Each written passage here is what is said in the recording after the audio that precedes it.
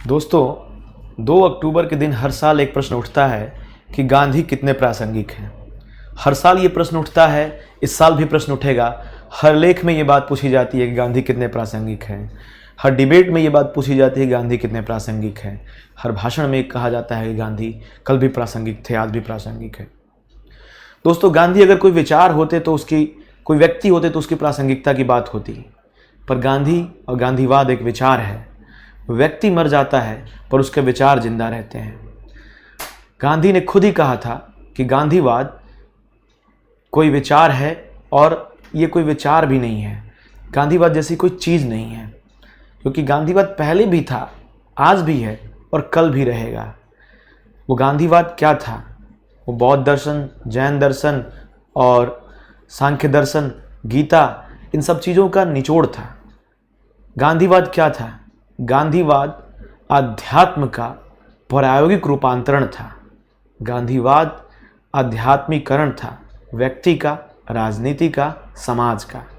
गांधीवाद एक ऐसा विचार जो गांधी के पहले भी था, गांधी के समय भी था और गांधी के बाद भी रहेगा। गांधीवाद कितना प्रासंगिक है और गांधी ने ऐसी क्या क्या बातें कही जिसकी आलोचना होती है, हम जानेंगे आज। गांधी के विचारों को करेंगे, गांधी की आलोचना। आइए। सत्य, अहिंसा, धर्म, सत्याग्रह। गांधी, सबसे पहली बात कि गांधी व्यक्ति को आध्यात्मिक बनाना चाहते थे। गांधी कहते थे कि जब तक व्यक्ति की उन्नति नहीं होगी तब तक से समाज की उन्नति नहीं हो सकती है, क्योंकि व्यक्ति समाज की इकाई है और जब व्यक्ति अपने आप को सुधारेगा नैतिक रूप से, तभी समाज सुधरेगा। तब राज्य की कोई आवश्यकता नहीं रह जाएगी, क्योंकि राज्य एक बुराई है। राज्य क्या करता है कि वो दो व्यक्तियों के बीच हस्तक्षेप करता है, दो लोगों के बीच हस्तक्षेप का काम करता है। वो उनकी आध्यात्मिक स्वतंत्रता के बीच हस्तक्षेप करता है। इसलिए गांधी सबसे ज़्यादा बल व्यक्ति पर देते हैं कि अगर व्यक्ति का हम आध्यात्मिकरण कर दें तो व्यक्ति की उन्नति होगी और व्यक्ति की उन्नति से समाज की उन्नति, फिर देश की उन्नति, फिर विश्व की उन्नति होती जाएगी। गांधी कहते हैं कि अहिंसा परमो धर्म। अहिंसा परमो धर्म उन्होंने बौद्ध दर्शन से लिया था। वो कहते हैं कि अहिंसा कायिक, वाचिक और मानसिक। कायिक मतलब अहिंसा जो है वो शारीरिक होनी चाहिए, वाचिक वो वचन से भी पालन होनी चाहिए, और मानसिक रूप से भी आप किसी के प्रति हिंसा न करें, तभी वो अहिंसा का सबसे बड़ा रूप हो सकता है। अब वो एक एग्जाम्पल देते हैं, एक उदाहरण देते हैं कि मैं अश्वत्थामा को कायर कहता हूँ। अश्वत्थामा ने द्रौपदी के पुत्रों को सोते हुए काटा। द्रौपदी जब सो रही थी, द्रौपदी के पुत्र सो रहे थे, तो अश्वत्थामा महाभारत के युद्ध में जाता है और द्रौपदी के 5 पुत्रों का सर काट देता है। अश्वत्थामा कायर है, वो प्रतिहिंसा करता है। प्रतिहिंसा से अच्छा है अहिंसा। अगर अश्वत्थामा नहीं किया रहता कर्म तो वो ज़्यादा बेहतर होता। प्रतिहिंसा से ज़्यादा अच्छा है अहिंसक रहना, और अहिंसक बने रहने के लिए आपके पास बल होना चाहिए। एक सत्याग्रही तभी अहिंसक हो सकता है जब उसके पास आत्मबल हो, नैतिक बल हो। तलवार चलाना, बंदूक चलाना बहुत आसान है। तलवार चलाना, बंदूक चलाना बहुत आसान है, लेकिन तोप के मुंह पर जाकर खड़े हो जाना ये बहुत मुश्किल है, और इसके लिए व्यक्ति में नैतिक बल होना चाहिए। जो गांधी शुरू में ही कहते हैं कि आध्यात्मिक जब व्यक्ति हो जाएगा तो उसके अंदर नैतिक बल आ जाएगा। वो नैतिक बल उसको किसी भी परिश्रम, किसी भी मुश्किल के आगे खड़ा करेगा और वो खड़ा होकर के हर मुश्किल से लड़ सकता है। वही सच्चा सत्याग्रही हो सकता है जो अहिंसक हो। धर्म, सत्य, धर्म। वो सत्य को ही धर्म कहते हैं और धर्म को ही सत्य कहते हैं। सत्य ही धर्म है, धर्म ही सत्य है। मतलब कि वो धर्म की रक्षा के लिए कुछ भी करने के लिए तैयार हैं, सत्य की रक्षा के लिए। धर्म क्या है यहाँ पर? गांधी का धर्म किसी पंथ में नहीं बटा हुआ है, उनके लिए धर्म व्यापक है। वो कहते हैं कि धारयते इति धर्म की जो अवधारणा है वही धर्म की सच्ची अवधारणा है। हर व्यक्ति अगर अपना अपना कर्म नियम से करे तो वो उसका धर्म है और वही उसके लिए सत्य है और वही उसके लिए ईश्वर है। हर व्यक्ति अगर अपना अपना कर्म करने लगे तो समाज में एक व्यवस्था स्थापित हो जाएगी। जब समाज में व्यक्ति को कर्तव्य का विवेक आ जाए, जब समाज में व्यक्ति को कर्तव्य का विवेक आ जाए तो समाज स्वस्थ हो जाए। गांधी की ये बातें बहुत आध्यात्मिक, नैतिक और आदर्श लगती हैं, पर यह है बहुत सत्य कि अगर कोई व्यक्ति काम करता है जो उसको दिया गया है, वो सही से काम करता है, तो किसी भी तरह का भ्रष्टाचार किसी भी ऑफिस में आपको देखने को नहीं मिलेगा। लेकिन उसके पहले उस व्यक्ति को नैतिक बनाना होगा, उस व्यक्ति को आध्यात्मिक बनाना होगा, तभी वो नैतिकता, आध्यात्मिकता के द्वारा उसको प्रायोगिक जीवन में उतारेगा और उसके द्वारा समाज की, एक स्वस्थ समाज का निर्माण होगा। क्योंकि व्यक्ति में क्या है कि वो आध्यात्मिकता को अलग रखता है और प्रायोगिक जीवन को अलग रखता है। नैतिकता को अलग रख रहा है लेकिन प्रायोगिक जीवन को अलग रख करके वो हर तरह के पाप, हर तरह के भ्रष्ट आचरण कर रहा है, जिसके द्वारा वो अपने उदर की पूर्ति के साथ साथ अपनी हर तरह की क्षुधा की पूर्ति कर सके। मतलब वो जिस तरह की भी उसके पास भूख है वो उसकी पूर्ति कर लेना चाहता है और आध्यात्मिकता को अलग रखना चाहता है। इसलिए गांधी सबसे पहले व्यक्ति को नैतिक बनाना चाहते हैं। गांधी का दूसरा जोर है कि आत्मा की उन्नति होनी चाहिए। आत्मा की उन्नति कैसे होगी? जब व्यक्ति की आत्मा की उन्नति होगी तो वो नैतिक होगा, आध्यात्मिक होगा और वो कर्तव्य पथ पे सही से अग्रसर हो पाएगा।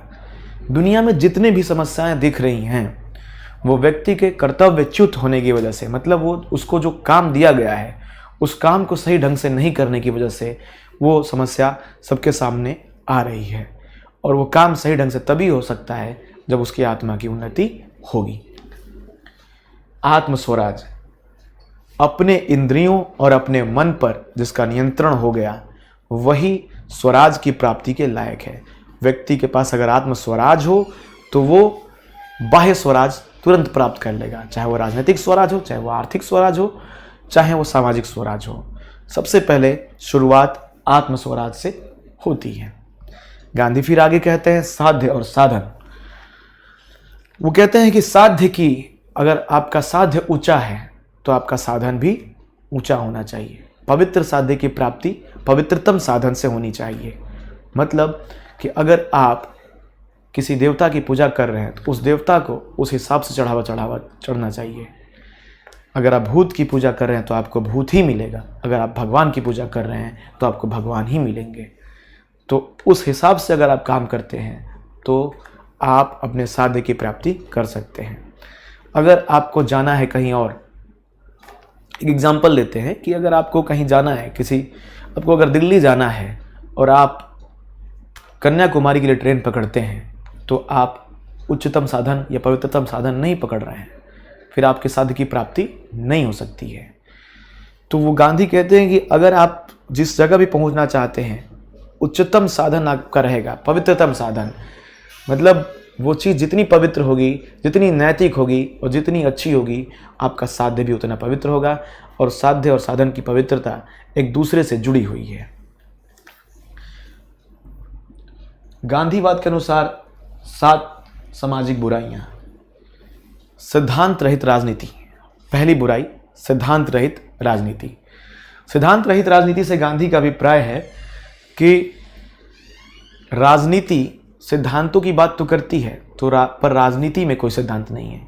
राजनीति एक ऐसी चीज है जिसमें सिद्धांत के रूप में वो सिद्धांत रचती है पर किसी भी सिद्धांत का पालन नहीं करती है।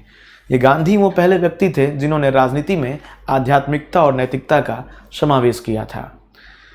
अब आज के दौर में जब हम देखते हैं कि राजनीति का डिग्रेडेशन हो गया है, राजनीतिक पतन जब हो गया है, जब एंटी डिफेक्शनरी लॉ, दल बदल कानून पूरी तरह से आपको दिख रहा होगा कि राजनीतिक पार्टियां उसका कितना अच्छे से सदुपयोग और दुरुपयोग कर रही हैं, तब आपको गांधी की याद आएगी कि सिद्धांत रहित राजनीति, गांधी ने जो कहा था वो कितना अच्छा कहा था कि राजनीति में अगर सिद्धांत रहेंगे तो राजनीति पवित्र रहेगी और राजनीति अच्छे से चल पाएगी।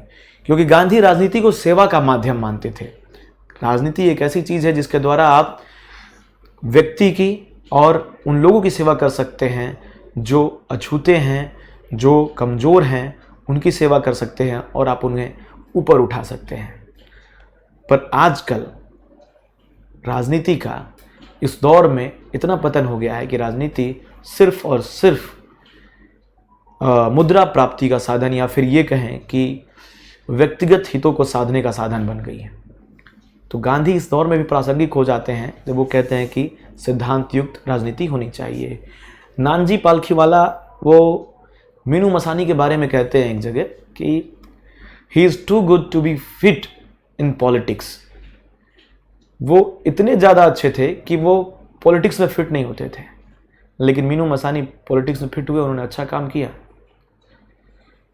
पॉलिटिक्स ऐसी भी है कि लोग जो ईमानदार लोग हैं वो उसमें नहीं आ पाते हैं, सिद्धांतवादी लोग उसमें नहीं आ पाते हैं, क्योंकि राजनीति में आने के बाद ये सिद्धांत बदल जाते हैं। इसलिए कहा जाता है कि राजनीति एक ऐसा सिद्धांत है जिसमें कोई सिद्धांत नहीं होता है। परिश्रम रहित धनोपार्जन। अगर आप कोई ऐसा तरीका करते हैं जिसमें आपका परिश्रम ना हो और आप धन उपार्जित कर रहे हैं, तो फिर आप किसी दूसरे के परिश्रम से अपना धन उपार्जित कर रहे हैं, और वो परिश्रम, वो धन किसी दूसरे का शोषण कर रहा है। और किसी दूसरे के द्वारा किया गया शोषण, किसी कमज़ोर वर्ग के ऊपर किया गया शोषण समाज को अस्वस्थ करता है, समाज को कमज़ोर करता है, और समाज में बहुत सारी बुराइयां आ जाती हैं। विवेक रहित सुख। Pleaser without conscience. आजकल का समाज जो है वो प्लीजर ओरिएंटेड हो गया है, सुख ओरिएंटेड, सुखवादी, हेडोनिस्ट हो गया है। गांधी यही कहते हैं कि समाज में कर्तव्य होना चाहिए और उसके पास अंतरात्मा होनी चाहिए। अंतरात्मा, इसके अलावा विवेक। अगर आपके पास विवेक है तो आप तात्कालिक इच्छा और वास्तविक इच्छा में अंतर कर पाएंगे। तात्कालिक इच्छा जो आपके आवेगों से संचालित होती है, और वास्तविक इच्छा जो आपकी अंतरात्मा से उपजी, जो समष्टिगत हित में होती है। तात्कालिक इच्छा और वास्तविक इच्छा की अवधारणा रूसो ने दी थी। इसका कहना है कि तात्कालिक इच्छा क्या होता है कि आप कुछ अभी तुरंत चाहते हैं और तुरंत वो काम हो जाना चाहिए, वो आपका इम्पल्स है। अगर आप इम्पल्सिव हैं और तो वो हो सकता है कि वो आपको तुरंत सुख दे दे, पर वो बाद में जाकर के आपको दुख देना शुरू करेगी।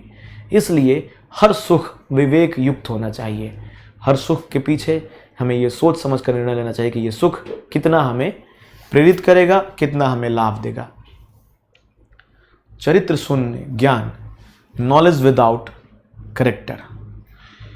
नॉलेज विदाउट करेक्टर में हम उन तमाम लोगों को ले सकते हैं जिनके जो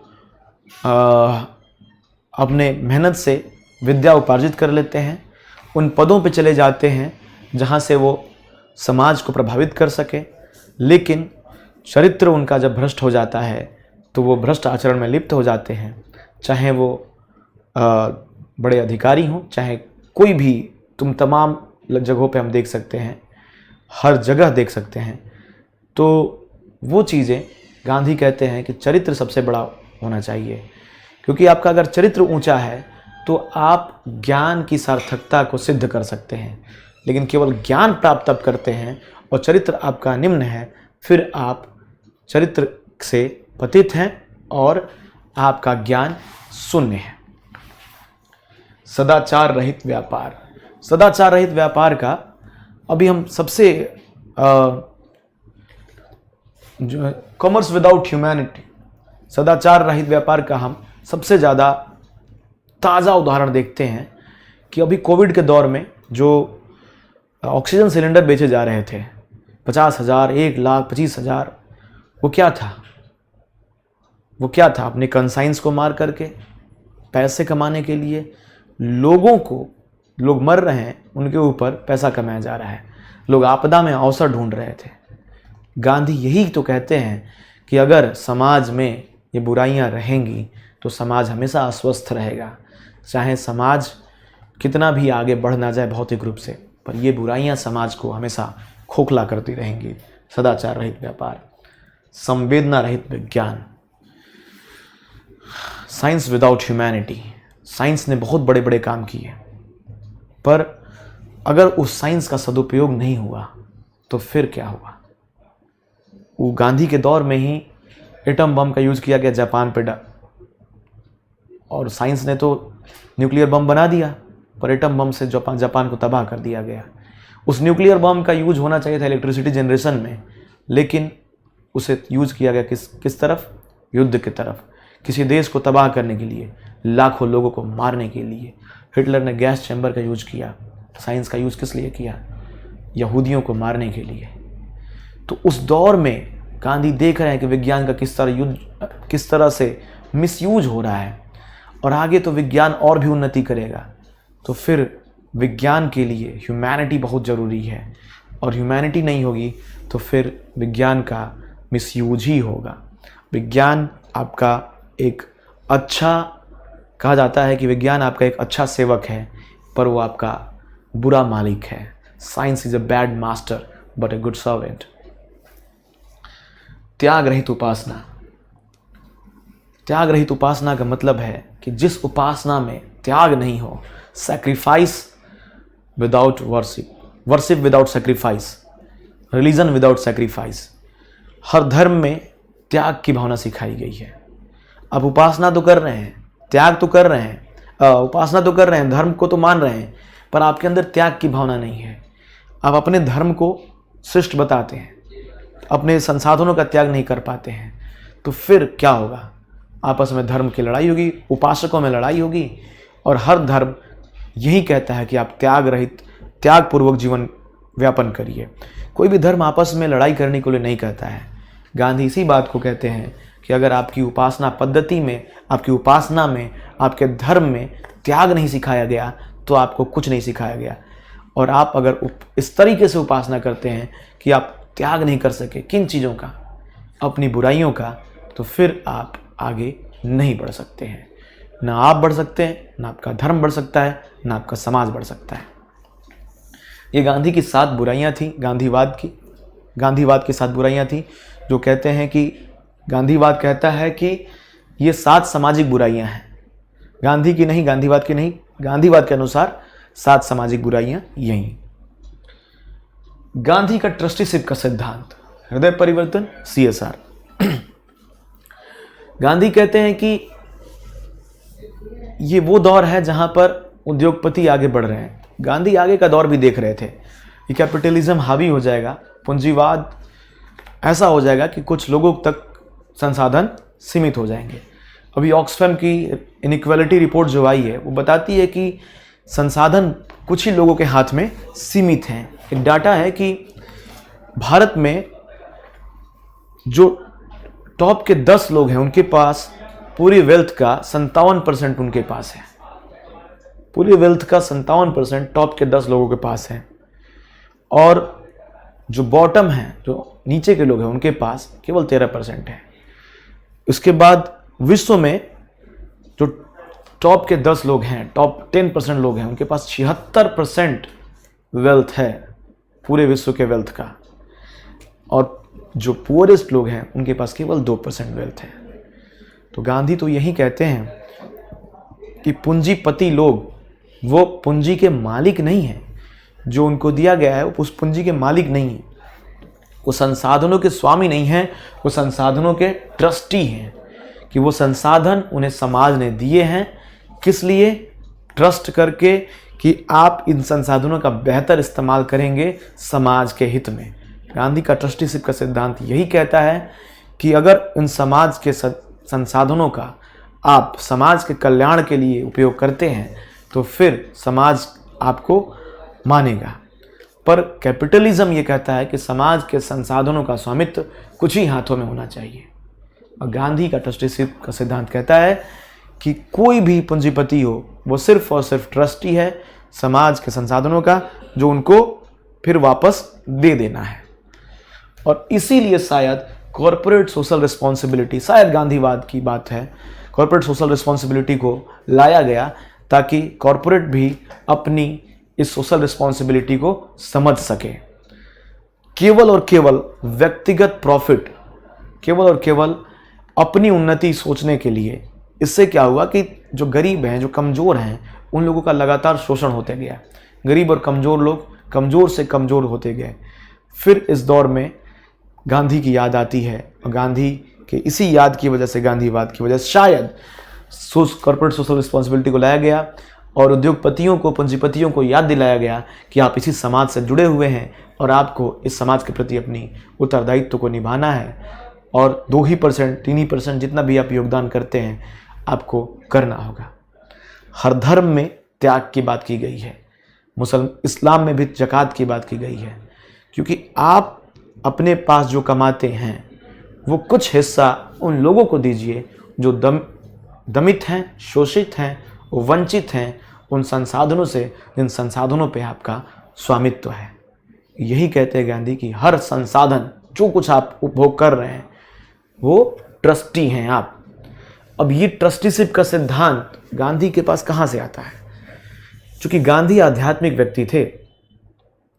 जब आप गांधी को गीता बहुत पसंद थी, गीता, श्रीमद् भगवद गीता, और ईशावास्योपनिषद की वो पंक्ति, जब दूसरा श्लोक है कि ईशावास्यमिदं सर्वम यत् किंच जगत्याम जगत तेन त्यक्तेन भुंजिथा मा गृध कस्यस्विद धनम। इस संसार में ईश्वर सर्वत्र व्याप्त है और संसार में सर्वत्र व्याप्त ईश्वर के आप अपने धन का त्याग पूर्वक भोग करिए। संसार में सर्वत्र ईश्वर व्याप्त है तो आप त्याग पूर्वक भोग करिए।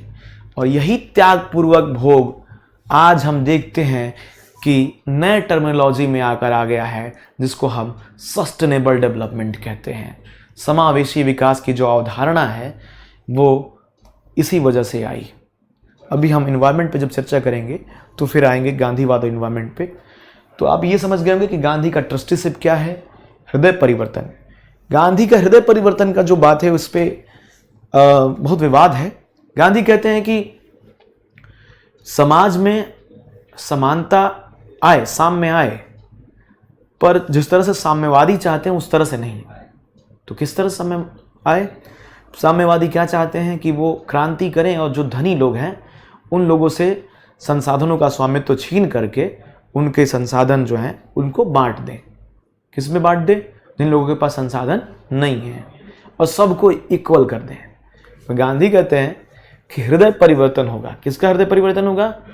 इन लोगों का, उद्योगपतियों का हृदय परिवर्तन होगा, पूंजीपतियों का हृदय परिवर्तन होगा और वो लोग इन वंचितों, शोषितों के लिए कुछ सोचना शुरू कर देंगे। यहाँ पर गांधी भावुक आदर्शवादी हो जाते हैं और वो इनका जो हृदय परिवर्तन का सिद्धांत है बड़ी आलोचना पाया है, और हम जब क्रिटिक करेंगे तो और भी क्रिटिसिज्म करेंगे इसके बारे में। गांधी और महिलाएं, महिला सशक्तिकरण। गांधी एकमात्र ऐसे व्यक्ति थे भारतीय राष्ट्रीय आंदोलन में, जब हम इतिहास उठाकर देखते हैं, कि उन्होंने महिलाओं को सबसे पहली दफ़ा महिलाओं की भागीदारी सुनिश्चित की।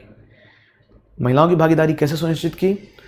गांधी को आध्यात्मिक संत कहा गया, गांधी को गांधी बाबा कहा गया, और ऐसी ऐसी अफवाहें फैलाई गई कि गांधी के पास जो गोली चलाता है वो भी फूल बन जाता है। गांधी को अगर किसी ने अपना दान नहीं दिया तो उसके खेत चर गए, गधे, उसका खेत का आग लग गया। तो गांधी की एक इमेज जो थी वो एक आध्यात्मिक संत की बन गई, और इस आध्यात्मिक संत के पास कमज़ोर वर्ग से निम्न वर्ग, मध्यम वर्ग, उच्च वर्ग, सभी घरों से महिलाएं जाने लगीं, क्योंकि गांधी नैतिक थे और उनके पास आत्मस्वराज था। गांधी ने महिलाओं को सुरक्षा दी कि अगर आप बाहर आती हैं तो आपके साथ कोई दुर्व्यवहार नहीं होगा। महिलाओं की सुरक्षा दी और उन महिलाओं के घर वालों को सुरक्षा दी कि आप निश्चिंत रहिए अपनी महिलाओं के बारे में। तो फिर गांधी ने महिलाओं को राष्ट्रीय आंदोलन में शामिल किया। अब किसी भी आंदोलन के लिए मास का होना जरूरी है, मास मतलब लोग, और गांधी इसमें माहिर थे। उन्होंने मास मोबिलाइजेशन किया और उसमें महिलाओं को शामिल किया। जब गांधी से पूछा गया कि महिलाओं के बारे में आपका क्या ख्याल है और आने वाली पीढ़ियों को क्या सलाह देते हैं, तो गांधी ने कहा कि मेरा काम था महिलाओं को चूल्हे चौके से निकालकर चौक पर खड़ा कर देना। मैंने उन्हें घर की चार दीवारी से निकाल करके उन्हें समाज में लाया और आपका काम है कि फिर से वो चूल्हे चौके तक जाने में, चूल्हे चौके तक सीमित रहने से आपको बचाना है और उन्हें रोक कर रखना है, ताकि महिलाओं की आधी आबादी हमारे साथ कदम मिलाकर चल सके। इससे फ़ायदा क्या हुआ कि राष्ट्रीय आंदोलन में संख्या बल मजबूत हुआ। और दूसरा, महिलाओं पर लाठीचार्ज या महिलाओं पर कार्रवाई करने से पहले पुलिस सोचती थी, तो गांधी ने अहिंसक हथियार अपनाया और महिलाओं को सशक्त करने का उपाय बताया। महिलाएं तभी सशक्त हो सकती हैं जब घर की चारदीवारी से बाहर निकलें, पुरुषों के साथ कदम से कदम मिलाकर चलें। गांधी का मानना था कि महिलाएं अनुगामिनी बनकर ना रहें, महिलाएं पुरुषों की सहगामिनी बने और अग्रगामी बने, तभी राष्ट्र की उन्नति हो सकती है। क्योंकि एक महिला न केवल अपने मायके का घर बल्कि ससुराल का घर, वो दो घरों की उन्नति के लिए जिम्मेदार होती है। अगर वो महिला चाहे तो मायका ससुराल दोनों की उन्नति कर सकती है। तो इसलिए महिलाओं का सुशिक्षित होना, सुसंस्कृत होना और सशक्त होना बहुत ज़रूरी है, ताकि महिलाएं अगर घर की उन्नति कर सकती हैं तो समाज और राष्ट्र की उन्नति भी कर सकती हैं। ये गांधी ने महिलाओं के प्रति जो सशक्तिकरण का योगदान दिया, वो गांधी का योगदान भूलने के लायक नहीं है। गांधी के नाम से महिलाएं अपना मंगलसूत्र तक उतार कर दे देती थीं कि गांधी बाबा ने मांगा है, और महिलाएं अपने मंगलसूत्र उतार दे देती थीं। महिलाएं जो सोना अपने मतलब दबा कर रखती हैं, उनको सोना सबसे ज़्यादा प्रिय होता है, अपने सारे आभूषण गांधी के एक आह्वान पर दे देती थी कि गांधी ने मांगा है, आंदोलन के लिए पैसा चाहिए तो उन्हें दे देना है। तो सोचिए कि गांधी की क्या व्यापकता थी, क्या उनकी पकड़ थी। और उस समय भी जबकि इंस्टाग्राम फॉलोवर और यूट्यूब सब्सक्राइबर नहीं हुआ करते थे, तब के दौर में अगर गांधी ऐसा कर पाते हैं तो निश्चित रूप से गांधी में कोई ना कोई बात तो जरूर थी। गांधी और पर्यावरण, मशीनीकरण, औद्योगिकरण, पूंजीवाद। गांधी का मानना था कि मैं मशीनों के खिलाफ हूँ, मशीनीकरण के खिलाफ नहीं हूँ।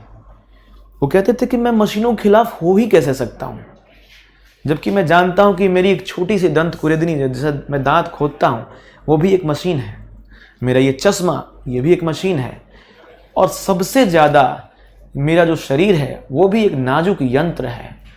तो मैं मशीनों के खिलाफ हो ही नहीं सकता। मेरा तो विरोध मशीनीकरण से है, क्योंकि मशीनीकरण व्यक्ति के श्रम को कम करता है, और व्यक्ति का श्रम जब कम होगा तो व्यक्ति का श्रम कम हो जाने से क्या होगा, व्यक्ति बेरोजगार होगा, व्यक्ति बेकार होगा और व्यक्ति कुंठित हो जाएगा। जब व्यक्ति कुंठित होगा तो समाज में अलग अलग तरह के अपराध होंगे और अपराध समाज को बिगाड़ेंगे। तो मेरा ये कहना है कि व्यक्ति मशीनों के खिलाफ अंधानुकरण है, जो मशीनों के पीछे पागलपन है, उसको रोकना चाहिए। मशीनें ज़रूरी हैं पर मशीनीकरण नहीं। हाँ, गांधी ये कहते थे कि मशीनें इतनी ज़्यादा हो जाएंगी, आप मशीनों के पक्ष में अगर हैं, हिंदू स्वराज में कहते हैं गांधी कि मशीनें इतनी ज़्यादा हो जाएंगी कि मानव का मशीनीकरण हो जाएगा। कितनी तगड़ी बात कही थी कि मानव का मशीनीकरण हो जाएगा और मशीनों का मानवीकरण हो जाएगा। मानव का मशीनीकरण का मतलब क्या हुआ कि मानव मशीन की तरह काम करेगा मशीनों से compete करने के लिए, ठीक है, और मशीन काम करेगी मानव की तरह। आर्टिफिशियल इंटेलिजेंस क्या है, मशीनें काम करें मानव की तरह, रोबोट वगैरह मानव को रिप्लेस कर दिए हैं, पूरा मानव के श्रम को रिप्लेस कर दिए हैं। अब जैसे कि एग्जांपल लेते हैं कि रिक्शा, जो पैडल से मारने वाला रिक्शा था, वो ऐसे था कि लोग पैडल चलाते थे, उनको श्रम ज़्यादा पड़ता था। अब विज्ञान ने उन्नति की और ई रिक्शा आ गया। रिक्शा वही है, ई रिक्शा वही वर्ग चला रहा है, पर ये उस वर्ग को रोजगार दे रहा है। ई रिक्शा, ये ई रिक्शा उस वर्ग को कुंठित नहीं कर रहा है, उसके श्रम को कम किया है पर उसको बेरोजगार नहीं किया है। ध्यान रखिएगा इस एग्जाम्पल को कि उसके श्रम को कम किया है पर उसे बेरोजगार नहीं किया है। पर आर्टिफिशियल इंटेलिजेंस ने मनुष्य को उसको बेरोजगार किया है। तो फिर अब इसका उपाय क्या है कि आर्टिफिशियल इंटेलिजेंस के इस ज़माने में मनुष्य को इंटेलिजेंट बनाना पड़ेगा। मानव को ये बताना पड़ेगा कि मशीनें मशीन होती हैं और मानव मानव होता है। मशीनों में ह्यूमन इमोशन डालने की बात तक हो रही है और मानव में मशीन आ गई है। बड़ी आयरनी है और इसी के खिलाफ गांधी थे। शायद गांधी ने उस समय ये देख लिया था। जो विजनरी लोग होते हैं, जो बड़े बड़े लोग होते हैं, जो सोचने समझने वाले लोग हैं, वो आगे की चीज़ें देख लेते हैं और इस वजह से शायद गांधी मशीनों के खिलाफ थे। औद्योगिकरण, गांधी कहते हैं कि उद्योग होने चाहिए, उद्योग बने, पर ग्राम स्वराज की कीमत पर नहीं। सबसे ज़रूरी है ग्राम स्वराज। अगर ग्राम स्वराज रहेगा, हर गांव में स्वराज रहेगा, तो गांव के लोग शहर नहीं जाएंगे। शहर नहीं जाएंगे तो वहाँ पर पॉपुलेशन नहीं बढ़ेगा, वहाँ पर अपराध नहीं होगा और शहर भी स्वस्थ रहेगा और ग्राम भी स्वस्थ रहेगा। और शायद इसीलिए डॉक्टर APJ अब्दुल कलाम ने ग्राम स्वराज से प्रेरित होकर पूरा PURA providing urban amenities in rural areas की अवधारणा दी कि जो शहरों की जो सुविधाएं हैं वो गांव में दी जाए, ताकि गांव के लोग शहर की तरफ ना जाए। जो इंफ्रास्ट्रक्चर है वो गांव में भी डेवलप किया जाए, ताकि जो गांव के लोग हैं वो खेती बाड़ी भी कर सके और खेती बाड़ी की कमी ना हो, गांव के लोग गांव में रह सके। शहरों में जो जनसंख्या घनत्व केंद्रित होते जा रहा है वो ज़्यादा ना बढ़े। गांधी ने ये सब पहले सोच लिया था। पूंजीवाद, गांधी कहते हैं कि पर्यावरण जो है इन तमाम चीज़ों की वजह से दूषित हो जाएगा और धरती के पास आपके लालच के लिए नहीं है, आपकी ज़रूरत के लिए है। आप अपनी ज़रूरत जितना चाहते हैं उतना धरती से ले सकते हैं, पर आपकी लालच के लिए नहीं। Earth is only for your need, not for your greed. आप लालच की वजह से धरती का लगातार शोषण करते जा रहे हैं, लगातार दोहन कर रहे हैं। हर देश अपने आप को विकासशील से विकसित देश में शामिल कर रहा है। विकसित देश और ज़्यादा शोषण कर रहे हैं संसाधनों का। उन देशों पर ज़्यादा शोषण कर रहे हैं जो विकासशील देश हैं, अपने देश को बचा रहे हैं, अपने देश के पर्यावरण को बचाते हुए उन देशों पर ज़्यादा शोषण कर रहे हैं जो विकासशील हैं और उनको पैसे देकर उनकी भौतिक सफलता, वो कह रहे हैं कि तुम भौतिक रूप से सफल हो, और अपना पर्यावरण बचा रहे हैं। दोस्तों, इस दौर में जब विकास लगातार हो रहा था तब सस्टेनेबल डेवलपमेंट की अवधारणा आती, समावेशी विकास, कि विकास ऐसा हो जो विनाश के आसपास ना हो। विकास ऐसा हो कि हमारी आने वाली पीढ़ियां भी धरती के संसाधनों का इस्तेमाल कर सके। वो ये ना देखें कि वो जैसे डायनासोर गायब हो गए, बहुत सारे गायब हो गए। अभी चीता जो गायब हो गया था भारत से, लाया गया बाहर से, कल जाकर के अगर इसी तरह से चलता रहा तो बच्चे टीवी पर देखेंगे, कहेंगे कि ओ कभी नदी बहा करती थी। अच्छा, टीवी पर देखकर कहेंगे अच्छा ये गाय है, गाय भी ऐसे होती थी, भैंस है, ये जानवर ऐसा होता था। तब समावेशी विकास की अवधारणा लाई गई। और समावेशी विकास की अवधारणा का जो कोर है, जो उसका जो मेन दर्शन है, वो वहीं त्यागपूर्वक भोग पे है कि आप उतना ही भोग करिए जितने से कि आपका काम चल जाए और आगे भी पीढ़ियों को मिल जाए। आजकल तो एक नया टर्म चला है मिनिमलिज्म का। मिनिमलिज्म मतलब कि आप कम से कम चीज़ों का इस्तेमाल करिए और कम से कम में अपना जीवन यापन करिए। पैसे रखिए अपने पास, कोई ज़रूरत नहीं है कि बहुत सारी चीज़ें एक साथ रखें। एक साथ रखने से आप क्या हो रहा है कि आप संसाधनों का इस्तेमाल उतना नहीं कर रहे हैं जितना उनको बर्बाद कर रहे हैं, क्योंकि वो फिर कचरे में चली जाती है। चाहे वो प्लास्टिक का कचरा हो, चाहे वो ई वेस्ट हो, इलेक्ट्रॉनिक कचरा हो, चाहे किसी भी तरह का कचरा। और कोई भी कचरा धरती को चाहे समंदर हो, चाहे नदी हो, चाहे पृथ्वी या सॉइल पॉल्यूशन हो, किसी भी तरह का पॉल्यूशन हो, वो सब पॉल्यूटेड ही कर रहा है। आजकल तो लाइट पॉल्यूशन भी बहुत ज़्यादा हो गया है। तब हमें ये बात समझ में आई कि हमें लाइट पॉल्यूशन से बचना है तो हम अर्थ आवर यूज करने लगेंगे। अर्थ आवर, हम 1 घंटे बिजली बंद करेंगे और लाइट पॉल्यूशन से बचेंगे। हम चांद को देखेंगे और हमें पता चलेगा कि आकाश में तारे भी होते हैं। बताइए, आकाश से तारे गायब नहीं हुए हैं, गायब हो गए हैं हम, क्योंकि हम बन गए हैं मशीन। गांधी यही तो कह रहे हैं कि आप जो कुछ करिए सोच समझ कर करिए। गांधी और सर्वोदय, अंतिम व्यक्ति का उत्थान। गांधी ने सबसे पहले दलित को हरिजन कहा और वो कहा कि हरिजन जो है वो हरि के जन हैं, इन्हें दलित शब्द से नहीं कहा जाए। गांधी जॉन रस्किन की अनटू द लास्ट से बहुत प्रेरित थे। उनका कहना था कि किसी भी देश का, उसके समाज का तब तक विकास नहीं हो सकता है जब तक से उस देश के अंतिम व्यक्ति, मतलब जो सबसे दमित, शोषित, वंचित व्यक्ति है, उसका विकास नहीं हो जाता है।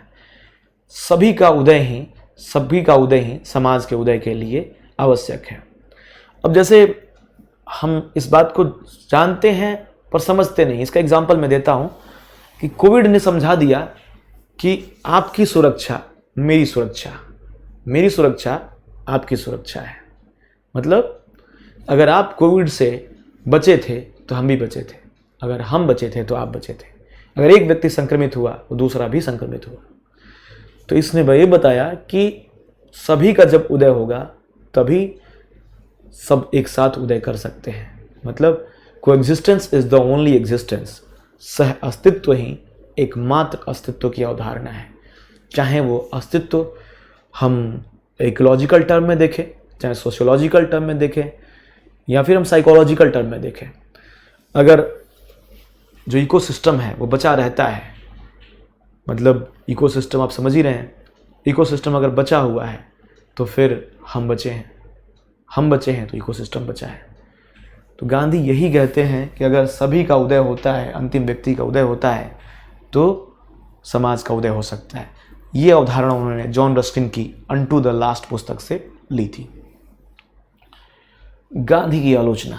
आइए हम गांधी को उनकी क्रिटिक करते हैं, क्योंकि गांधी की आलोचना हमेशा से होती रही है और होती रहेगी। आलोचना होनी भी चाहिए, क्योंकि आलोचना एक स्वस्थ चीज़ है।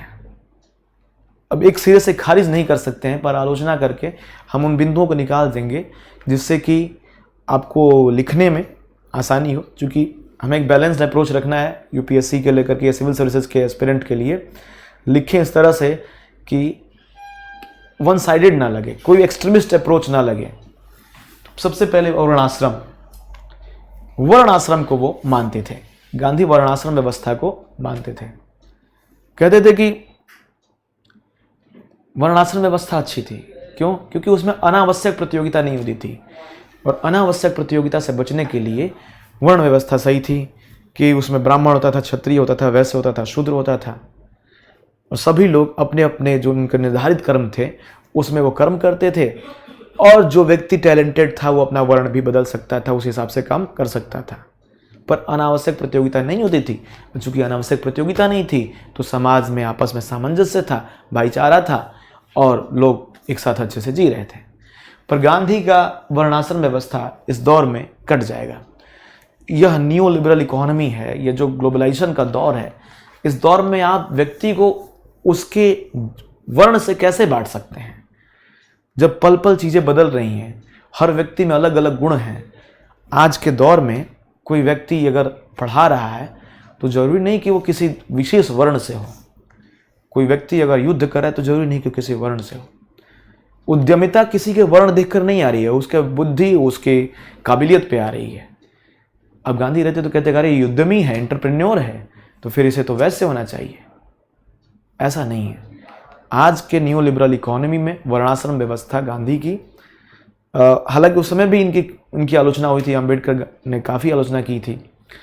ये बाबा साहब अंबेडकर ने काफ़ी आलोचना की थी, वर्णाश्रम व्यवस्था को खारिज करते हैं कि उस दौर में भी अप्रासंगिक थी और इस दौर में भी अप्रासंगिक। इस दौर में तो प्रासंगिकता का कोई प्रश्न ही नहीं उठता है, क्योंकि यह दौर वर्ण का नहीं, व्यक्ति का है, व्यक्ति के व्यक्तित्व का है और व्यक्ति के कृतित्व का है।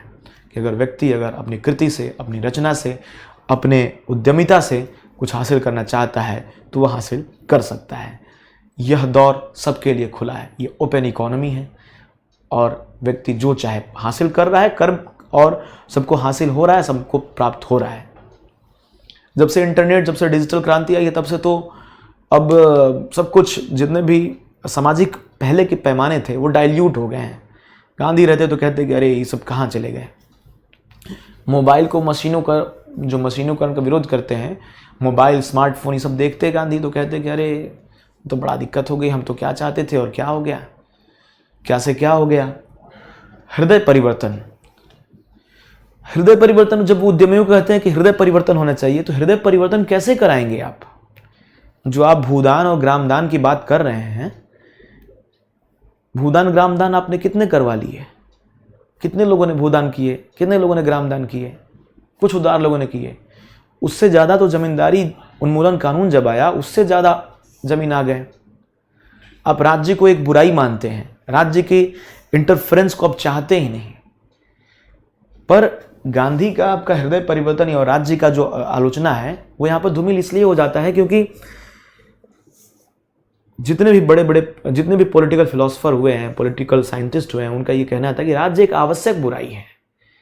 सभी कोई गांधी की तरह नैतिक नहीं हो सकता है, क्योंकि गांधी ने अध्यात्म से, विचार से और प्रयोग से अपने आप को तपाया और नैतिक बनाया था।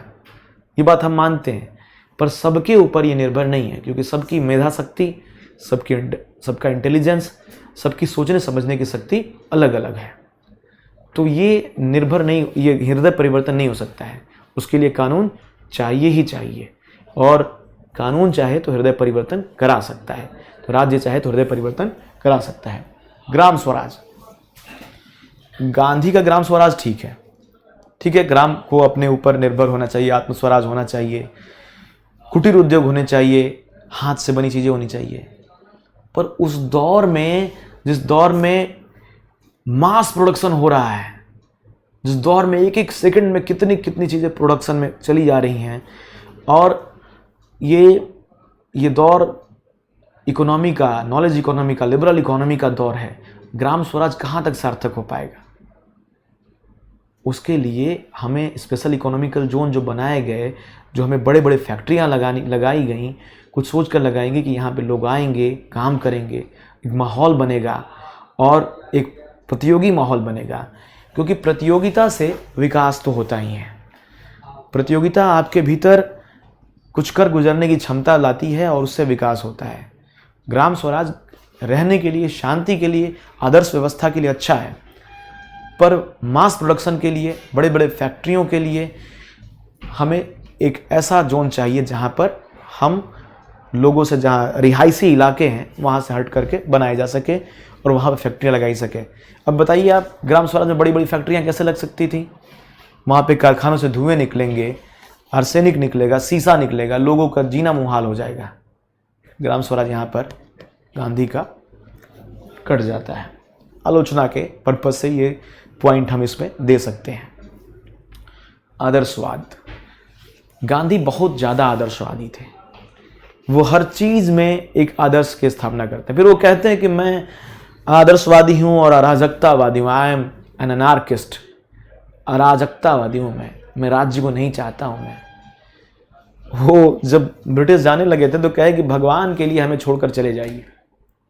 अरे उनका आदर्शवाद ये था कि 1934 में जब भूकंप आया था बंगाल में, तो ये कहे कि वहाँ के लोगों की कारस्तानियों का नतीजा है, ये उनके बुरे कर्मों का फल है। उनके समसामयिकों ने इनकी आलोचना भी की थी। नेहरू ने कहा था कि ये क्या कह रहे हैं आप, आपको मैं तो गुरु मानता हूँ और आप ये अवैज्ञानिक बातें हैं। भाई ज्योग्राफिकल फिनोमेना है और उस वजह से भूकंप आया है, पर गांधी ने उसको भी नैतिकता से जोड़ दिया था। तो यहाँ पर गांधी की जो आलोचना होती है, वो हमने जो पॉइंट रखे हैं, इन सब बिंदुओं पर आप गांधी की आलोचना कर सकते हैं, गांधीवाद की आलोचना कर सकते हैं। गांधी की एक और आलोचना होती है जो हमेशा से होती रही है कि गांधी ब्रह्मचर्य का प्रयोग के लिए महिलाओं के साथ सोते थे, और अपने ब्रह्मचर्य के प्रयोग के लिए वो ये नहीं सोचते थे कि महिलाओं पर क्या गुजर रही है। ये गांधी पर हमेशा से आलोचना होती रही है, और ये आलोचना के एक और बिंदु लगा सकते हैं आप।